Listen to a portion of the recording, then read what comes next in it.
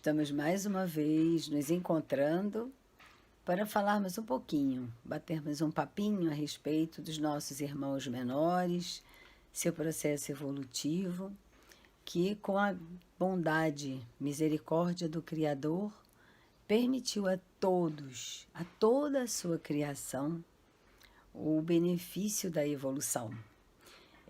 Esse é um amor que não poderia ter sido melhor manifesto. Todos nós temos as mesmas chances.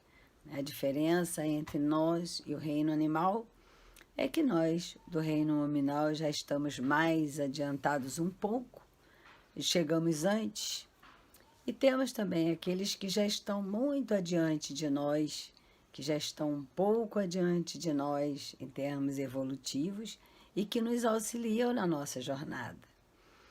E que, assim como nós contamos com o auxílio desses mentores espirituais, dos amigos do plano espiritual na nossa caminhada, os animais também contam, a natureza, de um modo geral, conta conosco, né, no seu trajeto, na sua jornada evolutiva. E cabe a nós levarmos a esses seres o nosso amor, a nossa educação, para que eles também trilhem caminhos de amor em evolução.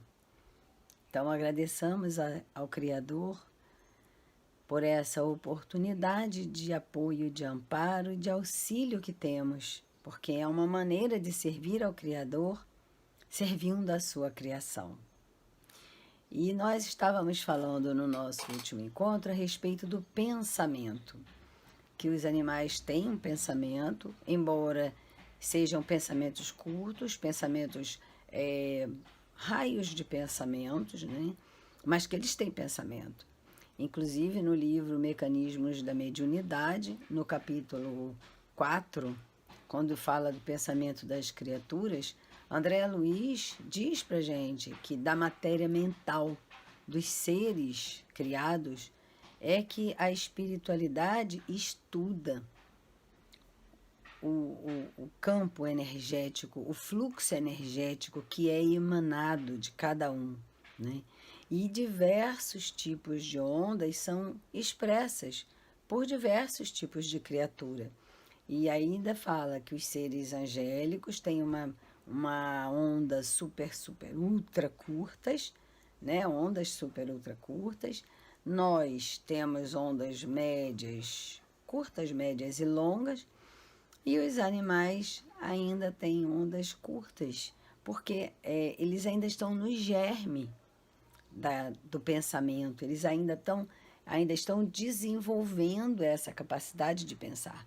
Então, eles ainda fazem pensamentos mais imediatistas, eles ainda não conseguem planejamento assim para um futuro distante, fica pensando como ser humano, né? Ai, será que amanhã eu vou poder fazer isso, eu vou poder fazer aquilo? O animal não tem ainda esse tipo de pensamento, mas ele já projeta, ele já faz plano, ele já elabora. Em Evolução em Dois Mundos, André Luiz diz para a gente, no capítulo 10, quando ele fala de pensamento contínuo, ele fala que as ideias relâmpago, né, ou as ideias fragmentos dessa crisálida da consciência no reino animal vai se transformando gradativamente com o auxílio dos tutores espirituais a se transformarem em conceitos e inscrições. Então, todo esse processo da evolução do pensamento é gradativo, mas é gradativo e contínuo. Então, a cada espécie existe uma manifestação de pensamento, uma manifestação de comunicação, e esses pensamentos curtos dos animais são também uma manifestação de inteligência. Inclusive, no livro Evolução Anímica, do Gabriel Delany, ele nos conta vários casos relacionados ao pensamento dos animais. Um dos casos que ele nos conta é relativo a uma raposa que invadiu lá uma fazenda e roubou um ganso, caçou um ganso. E o dono da criação, o dono da fazenda, estava da janela, observando. E ficou observando a raposinha carregar um ganso relativamente grande para ela, né? E aí, quando ela chegou no muro, onde ela teria que saltar o muro para poder fugir com o ganso, ela ficou olhando, ela tentou, não conseguia pular, porque o ganso era muito pesado, puxava ela para baixo. Então, ela botou o ganso no chão e parou diante do muro e ficou observando o muro. E ela percebeu que tinha, num certo ponto, um buraco nesse muro.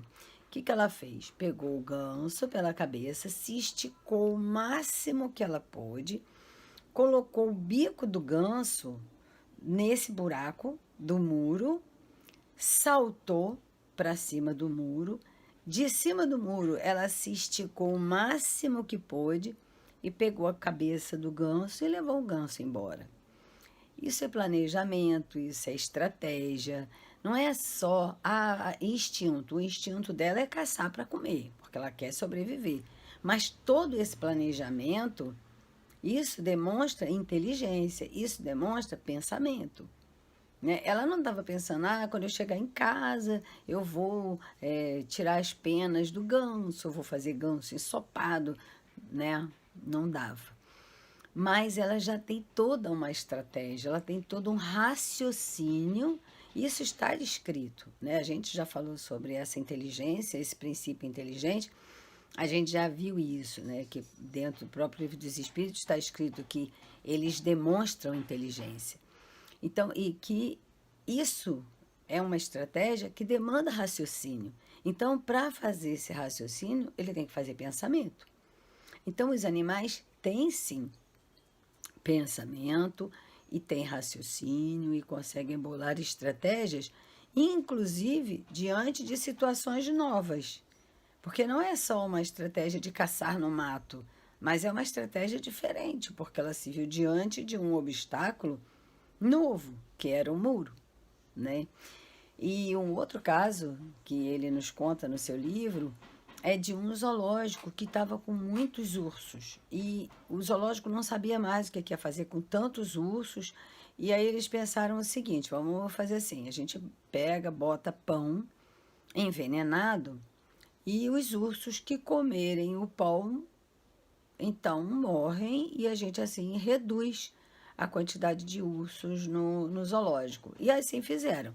Envenenaram os pedaços de pães e jogaram lá para os ursos. E na hora que o urso foi comer o pão, ele pegou o pão, cheirou e começou a molhar o pão num laguinho que tinha, né, onde eles bebiam água. Então ele começou a lavar o pedaço de pão. Então ele mergulhava o pão nessa água e cheirava. Mergulhava o pão na água e cheirava. E eles fizeram isso várias vezes, eles fizeram esse mesmo ato várias vezes até cheirar o pão e ver que não tinha mais o perigo. E aí eles comeram o pão. Também é uma estratégia totalmente diferente, né? Que demanda raciocínio. Ele teve que pensar isso. Se eu lavar, eu consigo tirar, né? Essa coisa que está me oferecendo perigo. E aí, depois disso, os donos do zoológico, lá, os gerentes, não sei, desistiram de matar os ursos porque viram tanta inteligência que acabaram desistindo de matar os ursos. Ainda bem, né? Que bom que tiveram o bom senso de não matar os ursos. E no livro Evolução, no livro Evolução em Dois Mundos, no capítulo 18, quando ele fala de evolução e destino, André Luiz tem uma última questão, que perguntam para ele, dentre todos os animais, quais os que teriam o pensamento, né, o modo de pensar mais próximo do pensamento do ser humano. Ele disse que existem muitas ideias fragmentárias que são mais avançadas e outras menos avançadas, dependendo das espécies.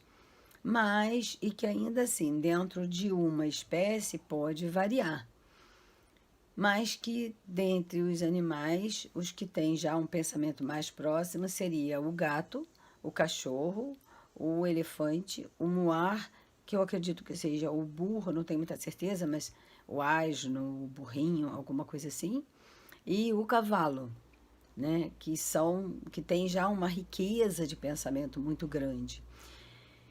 Então a gente vê que dentro da própria literatura espírita, dentro de autores de muita credibilidade, todo esse desenvolvimento do animal é descrito com muita nitidez, com muitos detalhes, para que a gente possa ir entendendo gradativamente todo esse processo, que a gente ainda está longe de entender, como já foi dito, mas que só assim, juntando as pecinhas, é que a gente vai conseguir chegar lá. E no livro Evolução em Dois Mundos, no capítulo 10, quando fala de palavra e responsabilidade, André Luiz traz para a gente que com a evolução, né, da espécie, com a evolução dos animais, eles foram sentindo necessidade de se comunicarem. Então, de terem uma forma de comunicação. Então, mais específico do que os silvos dos pássaros, do que o coachar dos sapos, os barulhos que os répteis fazem. À medida que eles foram evoluindo, né, em espécie e espiritualmente, eles foram sentindo necessidade de uma comunicação mais eficiente, mais eficaz. E com o auxílio dos gestores do plano espiritual, dos arquitetos, né, desse processo de evolução, o fonema começou a existir. O que é fonema? Fonema é cada som que a gente emite da nossa língua. Então, por exemplo, na palavra casa, nós temos 4 fonemas: o k, o a, o z e o a. Então, cada som que nós emitimos é um fonema. Então, para fazer uma palavra casa, nós precisamos de 4 fonemas, né? Se a gente for falar da palavra, por exemplo, chale, aí a gente pensa, chale é CH. Não, é o som. Então, o som do sh é um fonema. Então, a gente tem o sh, a, l, que é o L, né? A letra L, mas em fonema se fala L, e o E. Então, chale, novamente, nós temos 4 fonemas. E entre os animais, eles foram sentindo necessidade desses fonemas para se comunicarem com mais eficiência. Eu achei tão brilhante, né, essa descrição de André Luiz, que eu vou ler para vocês. Vai ficar ao contrário, é no livro Evolução em Dois Mundos. E ele fala assim: de início, o fonema e a mímica foram os processos indispensáveis ao intercâmbio de impressões ou para o serviço de defesa, né? Então, como por exemplo, o silvo de vários répteis, o coachar dos batráquios e dos alguns insetos e tudo mais. Mas à medida que eles evoluíram e que aumentava também a consciência fragmentária, o animal ele se investia, né, na posse de mais recursos, porque à medida que ele ia evoluindo, a gente vê o animal, o cão tem mais recursos do que um passarinho, por exemplo. Então o lobo grita pelos companheiros na sombra noturna. O gato, encolerizado, mostra fúria característica, miando raivosamente, né? O cavalo relincha de maneira particular, expressando alegria ou contrariedade. A galinha emite interjeições adequadas para anunciar a postura dos ovos, acomodar os seus bichinhos, né, seus pintinhos, a sua prole, alimentar os pintainhos ou pedir socorro quando ela está assustada. O cachorro é quase humano nos gestos de contentamento e nos seus ganidos de dor. E quem tem animal e tem uma relação muito próxima com esse animal, sabe disso. Tanto que é muito comum a gente ouvir os tutores dizendo: ai, meu cachorro só falta falar. De verdade, não falta. Só falta falar português. Mas ele já fala, né? Então, ele já expressa. Eu sei, eu posso estar aqui dentro da minha casa, eu sei exatamente quando o meu cachorro está latindo para minha gata, porque ele quer brincar com ela e ela não quer brincar com ele. Quando eu vejo isso, eu imagino. Ela deve estar em cima da mesa querendo descer e ele está lá perturbando ela para ela não descer ou para ele brincar e ela não quer brincar. Então eu preciso ir lá ou daqui mesmo eu chamo o nome dele e ele desiste da empreitada. Então quem tem bichinho sabe disso, né? Eu nunca tinha tido um contato muito próximo com tartaruga. Não sei nem se tartaruga emite um som. Tá aí uma coisa que eu preciso procurar saber. E eu frequentava uma casa que tinha um cão e uma tartaruga. Como eu não tinha nenhuma intimidade com tartaruga, toda vez que eu ia nessa casa eu brincava com o cão. Eles ficavam juntos, no mesmo lugar. E toda vez que eu brincava com o cão, a tartaruga vinha na nossa direção. E eu, com medo do cachorro pisar na tartaruga, dizia: Rex, vem pra cá. E aí nós íamos pro outro lado. E a tartaruga ia pra lá. E aí, com medo de pisar, passava pro outro lado. Um dia eu comentei com a minha amiga, eu falei: olha só, ela, toda vez ela vai, eu tenho medo dele pisar. Ela falou: enquanto você não fizer carinho na cabeça dela, ela vai andar atrás de você. Eu falei: sério? Ela disse: sério. E foi aí que eu compreendi que a tartaruga, mesmo com aquele jeitão dela, também tem sentimentos, também tem pensamento, também sente vontade de receber carinho. E aí eu passei a fazer isso. Quando eu ia brincar com o cãozinho, eu fazia carinho na tartaruga um tempo, depois eu ia brincar com o cão e ela ficava lá no cantinho dela. Não é interessante?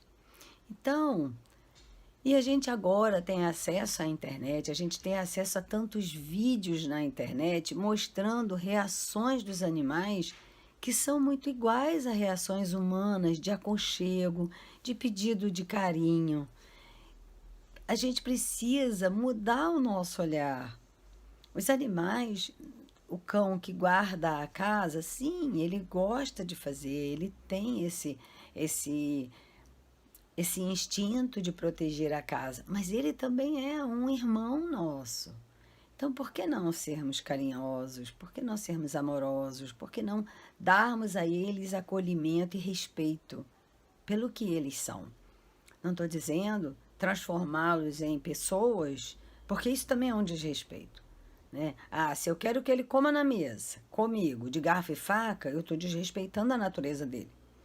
Tá? Se eu quero colocar uma roupinha cheia de enfeite, com um óculinho que traz mais incômodo para o animal, que não é uma questão de proteger do frio, mas que está trazendo incômodo, se está trazendo incômodo, eu preciso rever, porque eu estou desrespeitando a natureza dele.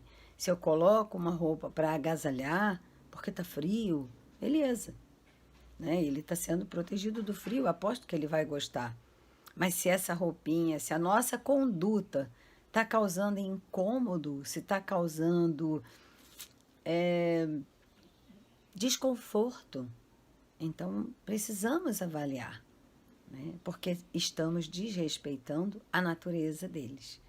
Amar também é respeitar, né? Aliás, amar é principalmente respeitar. O respeito é uma forma de amor e o amor contém o respeito. Hoje era isso que eu queria conversar com vocês. Agradeço a oportunidade, agradeço aos mentores da casa, da UCEAV, agradeço a todos os nossos mentores espirituais pela oportunidade do serviço. Gratidão, gratidão, gratidão. E se alguém tiver algum comentário, alguma pergunta, nós temos também, a UCEAV tem também, ela está no Instagram. Então, aqui no YouTube não dá para depois colocarem, né, perguntas ou comentários, mas vocês podem fazer no Instagram. Não, no Instagram não, no Telegram, tá certo? Então, no Telegram, a UCAV também está. Aguardo vocês por lá. Gratidão.